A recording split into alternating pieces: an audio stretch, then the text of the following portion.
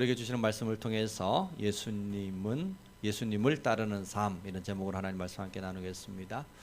하덕규 교수가 작사 작곡하고 또 여러 후배 가수들이 리메이크했던 노래 중에 하나가 가시나무새라는 곡이 있습니다.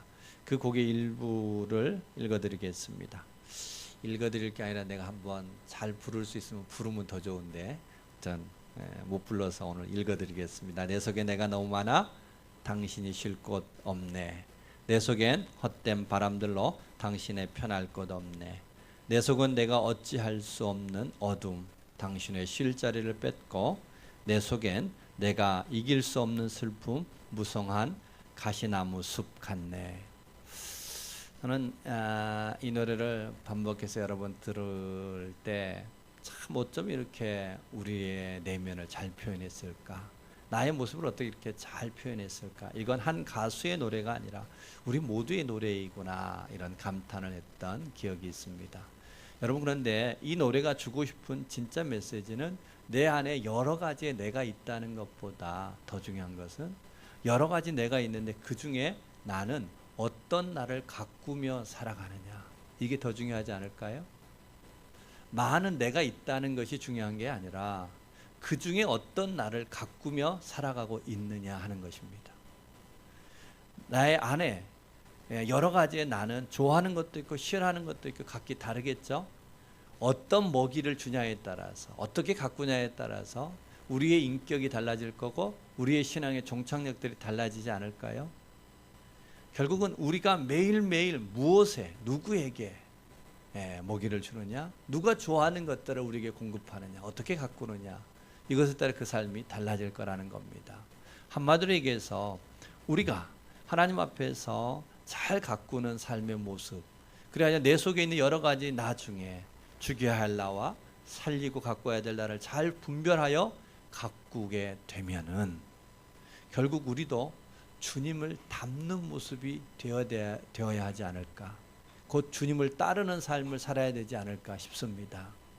오늘 우리가 읽었던 말씀은 우리가 이렇게 잘 아는 한 알의 밀알이 땅에 떨어져 죽으면 많은 열매를 맺는다는 말씀입니다.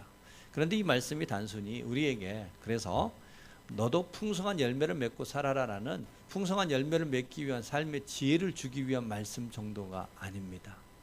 오늘 말씀의 핵심은 주님은 나를 따르라는 것입니다. 나 있는 자리에 너희도 있으라, 이런 이야기입니다. 그런데요, 오늘 주님이 따르라고 얘기하면서 내가 있는 자리에 너희도 함께 서라고 얘기하는 바로 주님의 그 선 자리가 어디일까 하는 겁니다. 주님은 지금 어디에 계실까요? 이런 질문에 하늘나라에 뭐 이런 얘기 하면 안 되고, 오늘 본문에서 주님은 어디에 계실까요?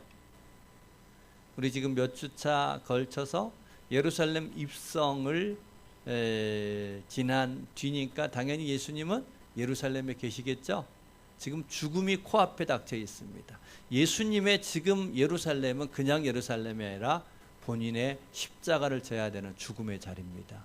예수님이 지금 지셔야 될 십자가, 곧 죽음의 자리 위에서 저와 여러분을 향하여 따르라, 내가 있는 자리에 너희도 서라, 이렇게 얘기하십니다. 그러니까 예수님이 하나의 밀알이 되라는 이야기는 뭔가 풍성한 결실을 거두라는 이야기 정도가 아니라 내가 하나의 밀알 되어 죽는 것처럼 너희도 죽어라, 이런 뜻입니다. 그러니까 오늘 말씀이 가벼운 말씀이에요? 되게 무거운 말씀이에요? 가볍게 들을 수 없는 말씀이겠죠.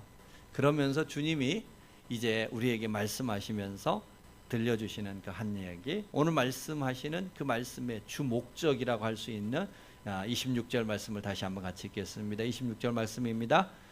사람이 나를 섬기려면 나를 따르라. 나 있는 곳에 나를 섬기는 자도 거기 있으리니 사람이 나를 섬기면 내 아버지께서 그를 귀히 여기시리라. 주님이 나를 섬기는 것은 나를 따르는 거다. 여러분, 우리가 주님을 섬긴다고 말하는데 주님을 어떻게 섬기냐? 그것은 주님을 따르는 길이 주님을 섬기는 것이고, 주님을 따르는 것, 주님을 섬기는 것은 어떤 것이냐 말하면 주님이 서 있는 곳에 함께 우리가 서는 것이다. 자, 그래서 오늘 우리는 주님을 따르고자 하는 삶, 주님이 있는 그 자리에 함께 서는 그 삶이 되게 하기 위하여서 우리에게 들려주는 중요한 두 가지 단어가 있습니다. 한번 따라서 해볼까요? 죽으면 미워하면. 자, 주님이 오늘 우리에게 들려주시는 중요한 두 가지의 이야기, 죽으면, 미워하면을 통해서 우리가 어떻게 주님을 따를 수 있고 주님의 선 자리에 설 수 있는지를 우리에게 알려주고 있습니다. 그래서 오늘 우리는 이 두 가지의 말씀을 통해서, 죽으면, 미워하면의 말씀을 통해서 우리가 어떻게 주님을 따를 수 있는지를 한번 생각해 보려고 합니다. 자, 그런데 죽으면, 미워하면 이미지가 강하죠? 되게 부정적이지 않아요? 그런데 여러분, 이 단어를 우리가 한번 이렇게 생각해 봅시다. 나무가 봄 되면은 과수원에 있는 나무가 가지가 무성하게 올라옵니다.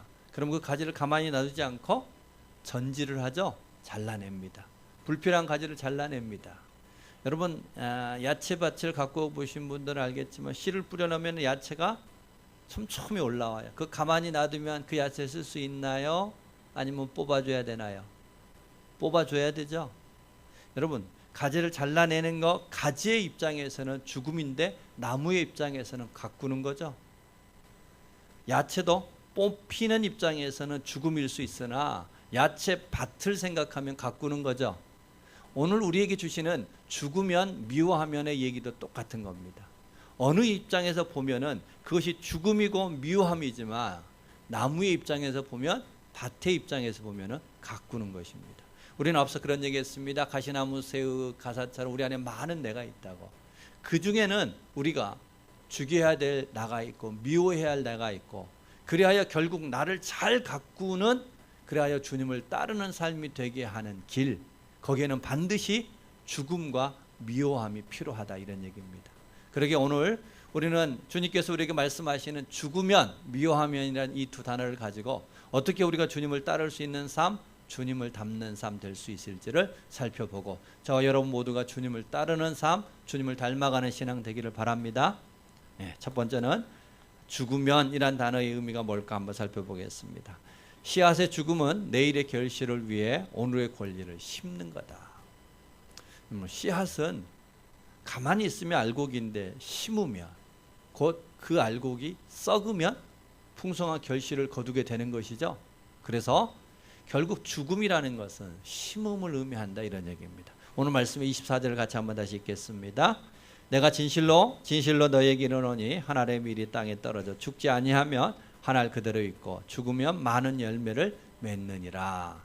여러분, 성경에 특별히 주의할 것, 주님이 진실로 이런 말씀을 하시면 우리가 주목해야 돼요, 안 해야 돼요? 네, 주목하고 긴장해야 돼요. 주님 오늘 말씀에 그렇게 얘기하셨죠. 내가 진실로 너희에게 이르노니 한 알의 밀이 땅에 떨어져 죽지 아니하면 그대로 있고 죽으면 많은 열매를 맺는다.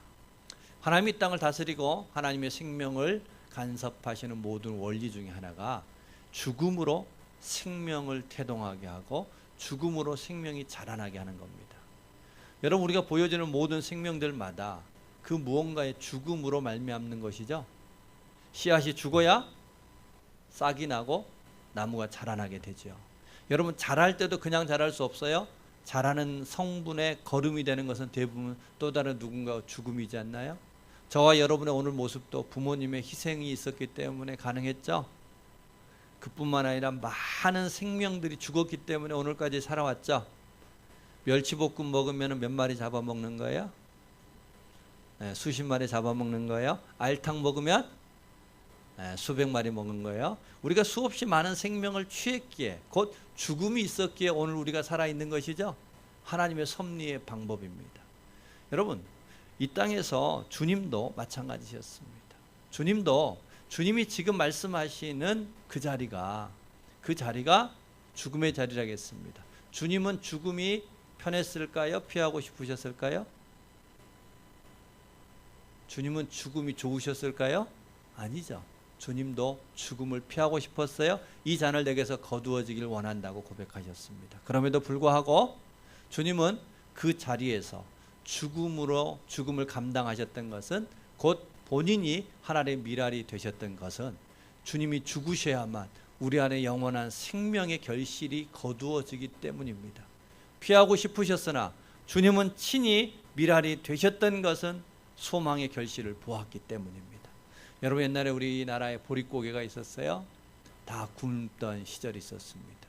자식들이 배를 굶고 그래서 풀뿌리를 뽑아먹는 한이 있더라도 굶주린 배를 안고 수도가에 달려가서 물로 배를 채우는 한이 있더라도 처마맡에 있는 씨앗을 먹지 않았어요. 왜요? 그 씨앗이 심겨져야 그 가정에 희망이 자라기 때문이죠. 그 씨앗이 죽어져야 그 가정에 배고픔을 이길 수 있는 복이 그 가정에 임하기 때문에 어떠한 일을 감내하고라도 반드시 그 씨앗은 심었습니다. 그 씨앗이 썩게 만들었습니다. 죽게 만들었습니다.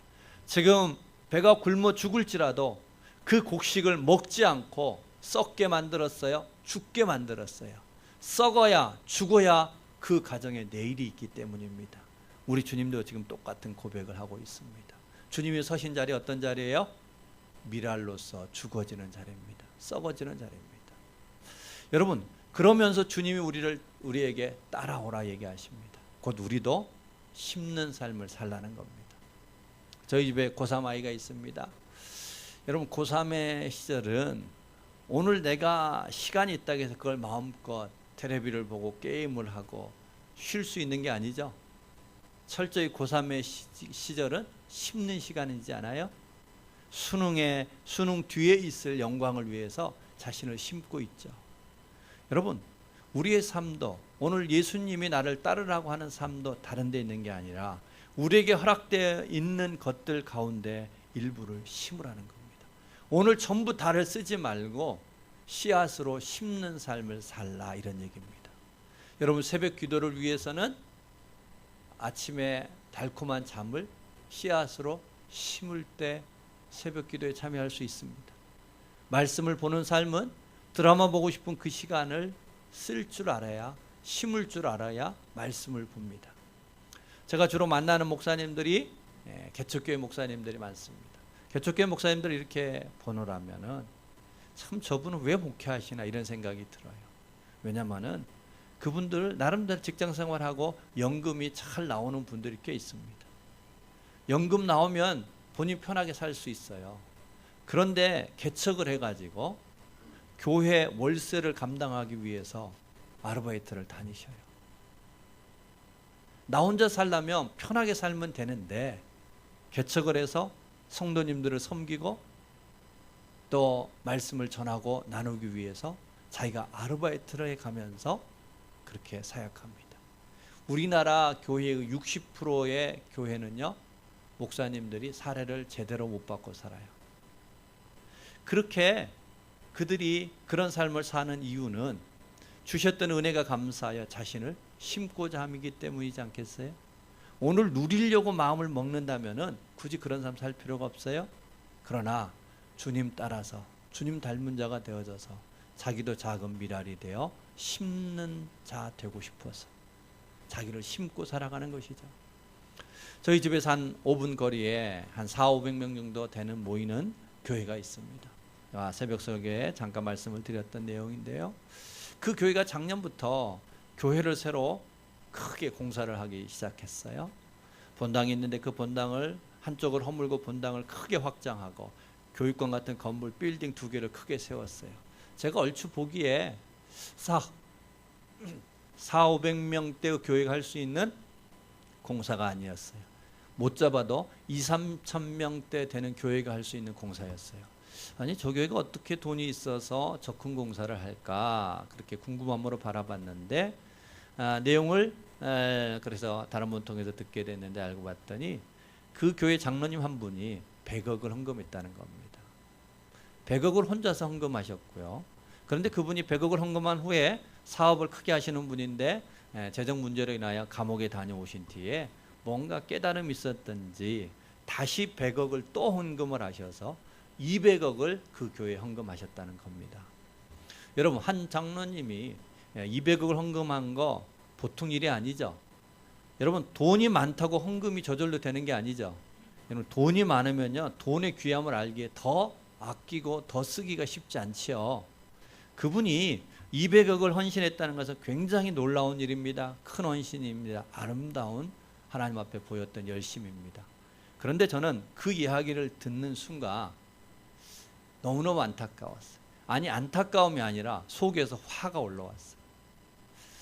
속에서 화가 올라온 것은 그 중에 1%만 떼서 우리 교회에 주지, 이런 마음 때문에 화가 나는 게 아니고, 이 교회가 정말 10년, 20년, 30년 뒤를 내다봤더라면 그토록 장로님이 헌신해서 귀하게 드린 이 헌금을 자기들을 위하여 다 쓰지 않을 텐데. 여러분, 이 교회는 20년, 30년 후를 바라보면서 심는 일들에 관심이 없었고, 본인들에게 주어졌던 것을 본인들이 전부 다 깔고 누리고 자기 때 전부 다 소모해 버린 거죠. 자신들을 위해서 썼지 내일의 교회를 위해서 그렇게 귀한 일들에 관심이 없었습니다. 제가 그 얘기를 듣고 다시 그 교회를 이렇게 바라봤습니다.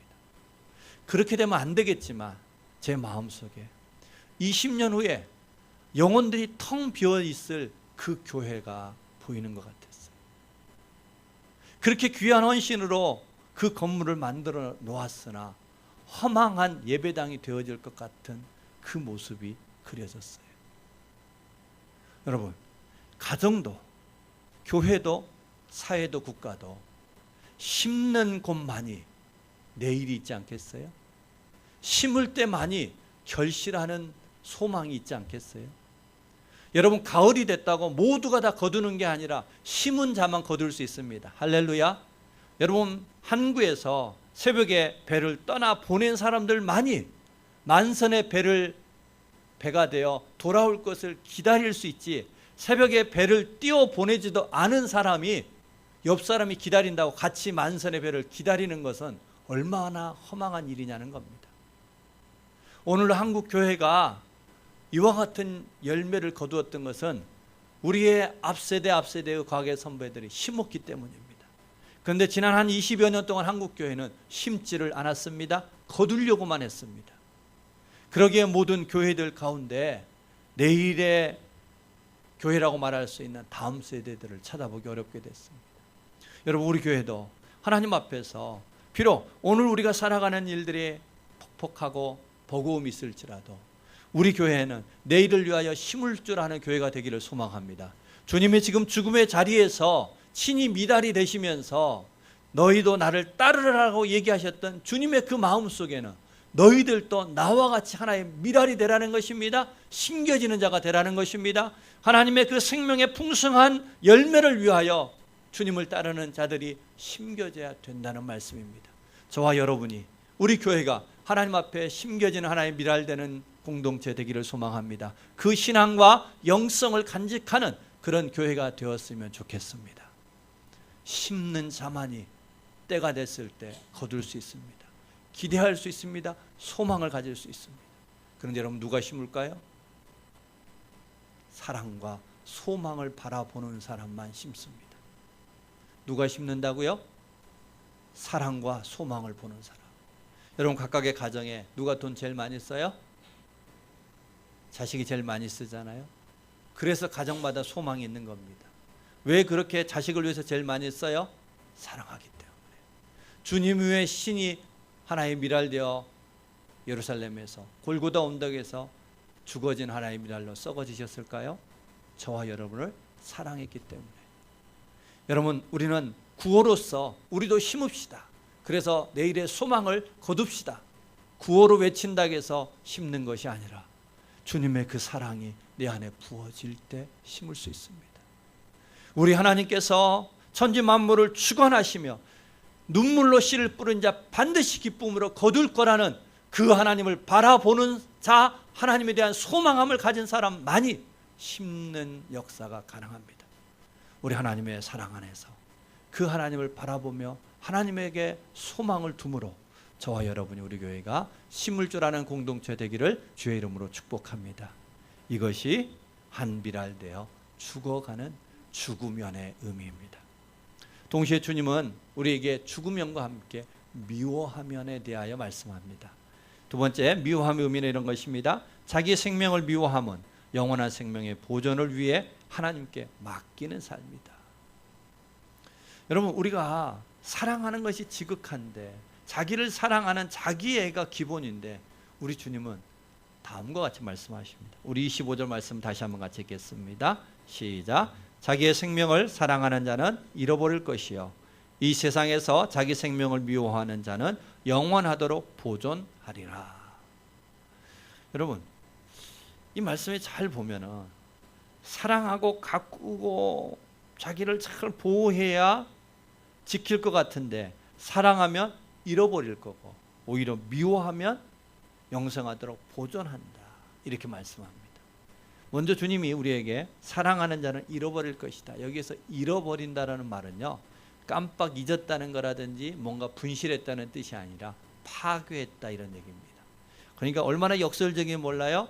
자기 생명을 사랑하는 자는 자기를 파괴할 거다. 무슨 뜻일까요? 여러분, 우리가 뭔가를 사랑한다, 집착하면 집착할수록 그것 때문에 우리 자신을 파괴하는 일이 생기더라 이런 얘기예요. 여러분, 되게 공부 잘하는 사람, 그래서 공부 잘하는 것이 자랑인 사람은요, 공부 때문에 시기하고 공부 때문에 괴로워지는 일이 많을까요? 적을까요? 여러분, 공부 못하는 사람은 시기해요, 안 해요? 공부 못하는 학생은요, 옆에 친구가 100점 맞아도요 절대 시기하지 않아요. 그리고 본인이 70점 맞아도 할렐루야 할까요, 안 할까요? 할렐루야 합니다. 근데 공부 잘하는 애는 95점 맞아도 괴로워해요.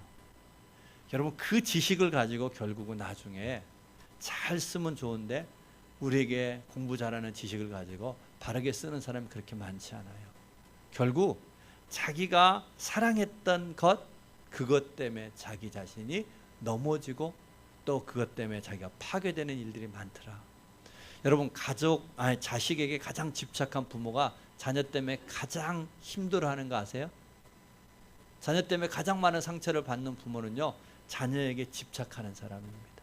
오늘 본문에 주님이 그렇게 얘기하십니다. 네가 사랑하느냐? 그래 하면 내가 그것 때문에 넘어질 거다. 그것이 너를 파괴할 거다. 이집트에 가면 큰 피라미드가 있습니다. 이집트의 왕들이 자기가 죽은 뒤에 자기의 시신을 사람들이 도굴 하지 못하게 하기 위해서 피라미드를 만들었습니다. 중국의 황제들은요, 죽은 뒤에 수없이 많은 용마병을 만들어서 자기가 죽은 뒤에도 황제로 살고 싶었던 겁니다. 황제로 보존되기를 원했어요. 그래서 사람들이 자기에게 들어오지 못하도록 보호하기 위해서 용마병을 만들었고 피라미드를 만들었어요. 그런데 요즘 어떤가요? 그 피라미드 때문에 사람들이 제일 먼저 바로의 묘를 도굴하고 싶어 하지 않아요? 그 수없이 많은 용마병에 둘러싸여 있는 그 황제의 능은 오늘도 수천만 사람들에 의해서 짓밟히고 있지 않습니까? 보존하고 싶었는데 자기가 끝까지 보존하고 싶었던 그 애착이 오히려 자기의 뜻과 반대로 자기가 짓밟히게 되고 자기가 파괴되게 만드는 시발점이 됐더라 이런 얘기예요. 그래서 우리 하나님께서 우리에게 얘기하십니다. 사랑하는 사람은 그가 파괴될 것이다. 반대로 주님이 뭐라고 얘기하셨어요? 미워하면 영생하도록 보존된다. 여러분, 어떻게 미워하는 게 우리가 오히려 영생하도록 보존이 되느냐 하는 겁니다. 이 미워한다는 얘기는 앞서 전지를 얘기했어요. 야채를 가꿀 때 뽑아내는 것을 얘기했어요. 그것과 같은 뜻입니다. 여러분, 우리 안에는 두 세력이 함께 항상 공존해요. 하나는 사랑과 평안과 기쁨과 빛과 같이 하나님이 주관하는 세상이 하나 있죠. 또 하나는 미움과 다툼과 불안과 어두움과 같은 사단이 주관하는 그러한 흐름이 있습니다. 이 두 가지의 흐름이 항상 우리 안에서 대립되죠. 여러분, 우리가 미워해야 될 것은 사단이 우리에게 끊임없이 지배하려고 하는 사단의 기운이 우리 안에 흘러 들어오는 그것들을 미워하고 거부하라는 것입니다. 곧 하나님의 것을 인정하고 수용하고 하나님 앞에 우리 자신을 맡기라는 것입니다. 이게 미워하는 것입니다. 미워하는 것은 그냥 증오하고 나를 부정하라는 것이 아니라 사단이 내 안에 주고 있는 끊임없는 두려움과 다툼과 불안들을 밀어내고 하나님의 것을 받아들여라. 하나님 앞에 나 자신을 맡겨라. 이런 얘기입니다. 여러분, 예수님은 사역을 시작하기 전에 세례받으신 후에 광야에서 시험을 받습니다. 사단에게 시험을 받으십니다. 그 중에 하나가 사단이 세상의 모든 영광을 보여주고 네가 나에게 절하면 내가 이 영광을 다 주겠다. 그랬을 때 예수님은 그것을 물리치고 곧 오늘 본문 말씀과 같이 그것을 미워하고 오직 나는 하나님만 섬기겠다. 하나님께만 절하겠다. 결심하고 결단합니다. 여러분, 그리하여 예수님의 생명은 세상에 보존되는 게 아니라 하나님 품에 보존되어지고 하나님의 뜻 안에 보존되어지고 예수의 영광은 세상에 보여지는 영광이 아니라 보이지 않는 영원한 영광에 예수 그리스도가 보존되어지고 그 영광이 우리 속에도 보존되어진 것과 같이 우리도 우리가 미워해야 되는 이유는 우리의 영광을 어디에 보존하고자 하느냐 하는 겁니다. 그러게요. 오늘 두 말씀 죽으면과 미워하면이라는 두 말씀을 우리는 이렇게 좀 정리했으면 합니다. 자, 여러분의 삶을 어디에 남길 건가, 무엇을 남길 건가? 한번 따라서 봅시다. 어디에 남길 건가, 무엇을 남길 건가? 여러분, 오늘 말씀을 통해서 이것에 답했으면 합니다. 무엇을 남겨야 돼요? 자, 여러분 한번 지난 학창 시절들 한번 생각해 보세요. 학교 다닐 때 아이들은 누가 공부 잘하는지가 초미의 관심입니다. 누가 힘이 세느냐가 관심입니다. 또 누가 인기가 많으냐가 관심이에요. 한 20년, 30년 쭉 지나고 나면은 여러분의 마음속에, 학창 시절 속에 뭐가 기억에 남아요? 내가 그때 인기 짱이었지. 내가 그때 전교에서 주목 제일 셌지. 이런 거 자랑스럽게 남아요? 여러분의 마음속에 그런 것들이 남으시나요? 그게 보존되나요? 거의 없지 않아요? 그러나 여전히 우리의 마음속에 학창 시절을 돌아볼 때 우리의 마음속에 남는 것은, 아련하게 우리의 심령 속에 기억되어지는 것들은 그때 내 어머니가 나를 위하여 얼마나 사랑으로 나를 섬겨주시고 봉사해 주셨든지, 나의 담임선생님이 그때 좌절하고 절망하는 나를 얼마나 격려해 주었든지, 그 사랑에 밀알되어져서 심겨졌던 것 많이 우리에게 기억에 남지 않나요? 오늘 주님께서 우리에게 죽으면, 밀알이 되면, 심겨지면은 사랑이 있는 사람만 가능하다겠습니다. 소망이 있는 사람만 가능하다겠습니다. 여러분, 시간이 지나고 세월이 흘러가면은 다 보존되지 않습니다. 다 지나갑니다. 그러나 하나님의 밀알과 같이 사랑과 소망을 향하여 심겨진 것만이 보존되어지더라 하는 것입니다. 여러분, 그 당시에 우리가 돌의 승인들 그것이 영원히 보존될까요? 아니요. 하나님에게 보존하는 사람, 사람의 심령 속에, 영혼 속에 보존하는 사람들만이 그것이 영원히 보존되어진다 하는 것입니다. 곧 오늘 우리에게 죽으면, 밀알처럼 너희가 죽으면, 심겨지면이라는 것은 우리는 무엇을 남기는 자가 될 건가에 대한 답인 것입니다. 우리가 남겨야 될 것은 사랑이요, 희생이요, 또한 하나님의 말씀 앞에 아멘할 수 있는 믿음의 그 반응만이 우리에게 영원히 남겨지는 것들이기에 그것을 남기기 위하여 사는 자가 되라는 말씀이요. 어디에 남길 것인가? 세상에 보여지는 것, 사람들이 아무리 칭송하고 높여주는 것 같을지라도, 사단이 보여줬던 세상의 모든 영광일지라도 시간이 지나면 다 사라지지만 하나님의 마음속에 보존되어지는 영광이야말로 영원히 보존되어지는 생명이기에 우리를 하나님에게 보존하라는 말씀입니다. 저와 여러분은 무엇을 남기는 삶을 살려 하십니까? 어디에 보존되어지기를 원하십니까? 한동안 언론에 한참 오르내렸던 이태석 신부라는 분이 있었습니다. 그분이 통계상 우리나라의 100만 명을 사람들을 카톨릭으로 마음을 움직이게 만들었던 분이다, 이렇게 얘기합니다. 그럼 100만 명의 숫자는 어마어마한 거죠. 그 100만 명의 마음을 하나님 앞, 카톨릭으로 그 마음을 이끌어갔다, 이렇게 평가하는 분이에요. 뭘 했기에 그랬을까요? 그분은 의사로 잘 나가던 분이었습니다. 그런데 그가 이렇게 살면 안 되겠다, 나도 주님처럼 하나님의 밀알되어 무언가에 아름답게 심겨지는 삶을 살아야 되겠다 결심하고 저 아프리카에 있는 그 수단의 톤주로 가서 그들을 섬기기로 합니다. 톤주에 가셔서 그곳에서 우물을 파고 학교를 짓고 병원을 세우고 사람들도 버림받은 나 환자들을 섬기는 삶을 사셨습니다. 그 수단 톤주라는 아프리카 아무도 주목하지 않는 그곳에 가서 주님처럼 하나님 미랄되기로 결심하고 가셨던 겁니다. 학교를 짓다가 이제 재정적인 어려움이 있어서 한국에 돌아오셔서 이제 모금 활동을 하시기 위해 잠깐 들어오셨습니다.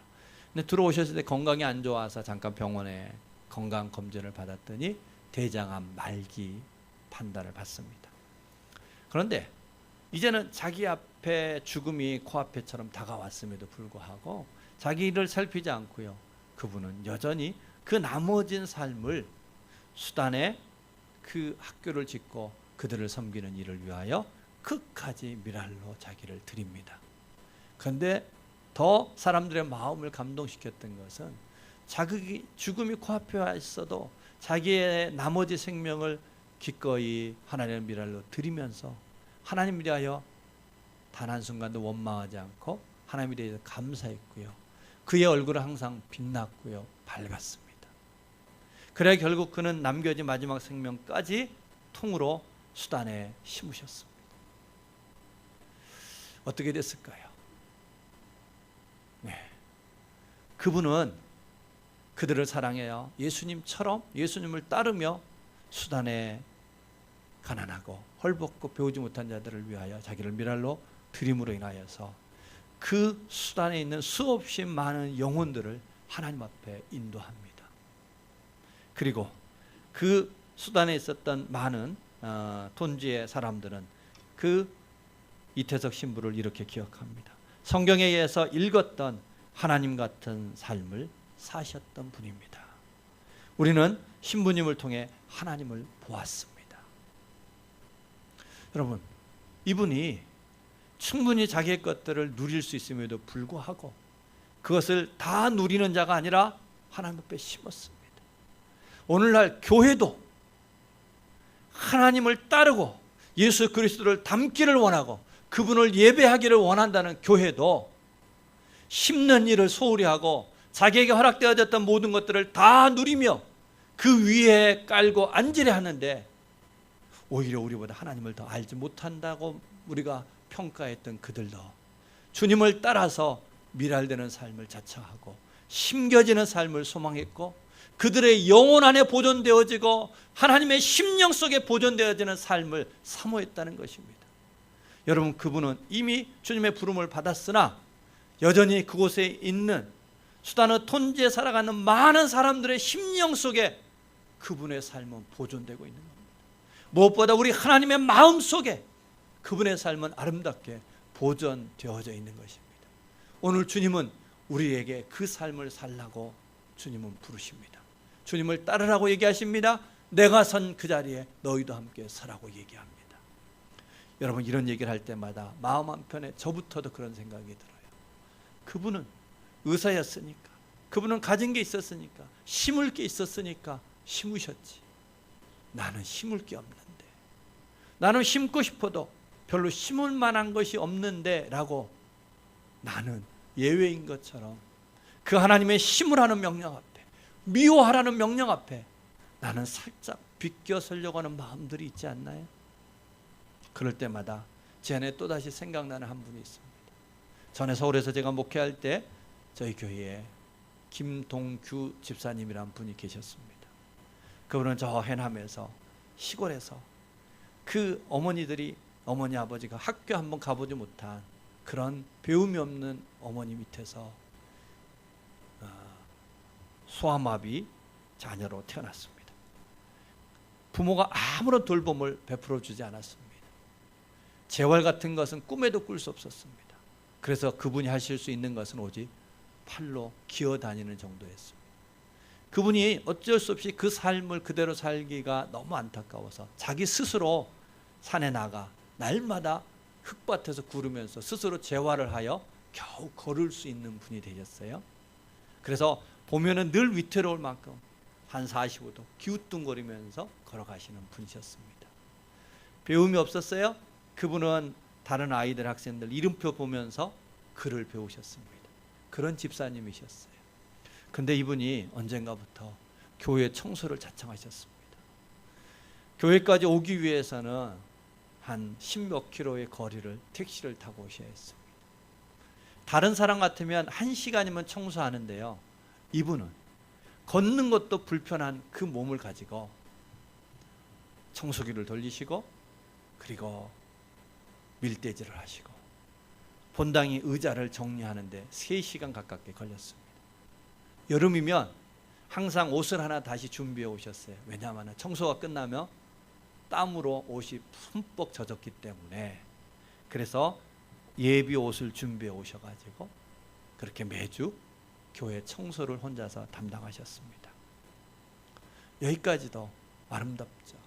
나는 하나님 앞에 드릴 게 없어서 이 부족한 몸, 할 수 있는 것도 없는데 주님 앞에 이렇게라도 주님의 그 사랑에 보은하겠노라고 그 몸을 가지고 교회 예배당을 청소하셨습니다.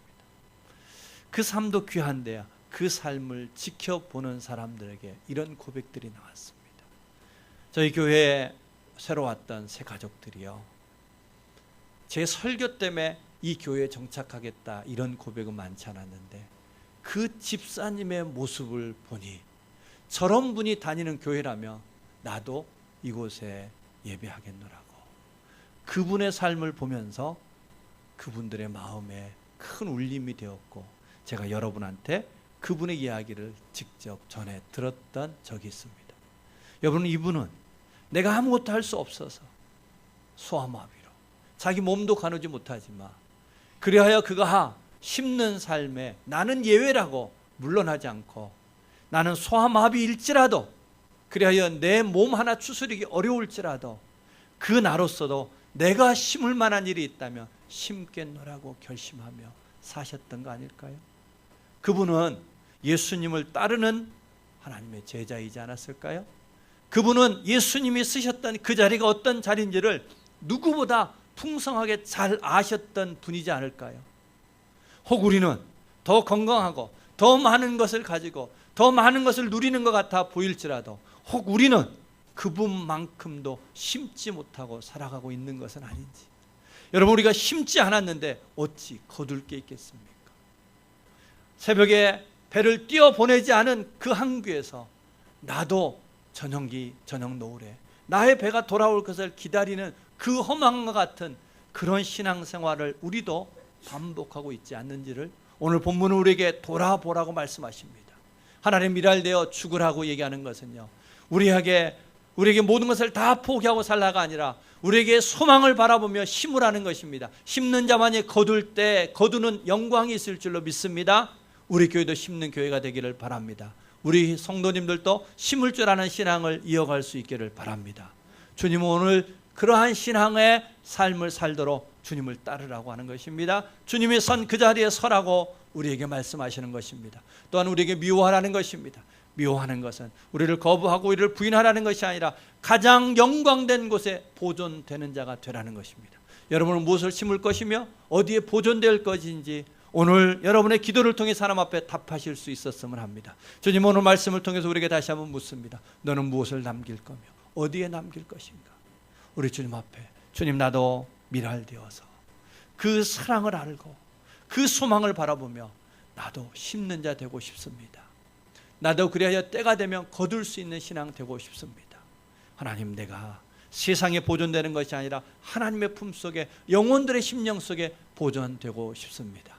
그러기에 나도 심는 자 되기 원합니다. 주님 앞에 고백할 수 있는 저와 여러분 되시기를 주의 이름으로 축복합니다. 같이 한번 기도합시다. 이 시간 기도할 때 주님의 무릎 앞에 우리가 기도를 답했으면 합니다. 너는 무엇을 심고자 하느냐? 어디에 보존되고자 하느냐? 무엇을 남기려 하느냐? 주님 물으실 때, 주님, 내가 주님을 따르는 자 되고 싶습니다. 주님을 따르며 심어져야 될 그때 나도 심을 줄 아는 자가 되게 하여 주옵시고, 나를 미워하고 나의 삶을 주님 앞에 맡김으로 인하여 주님 손에 보존되는 자 되고 싶습니다. 우리 같이 한번 기도하시겠습니다. 자비하신 아버지 하나님이여, 이 시간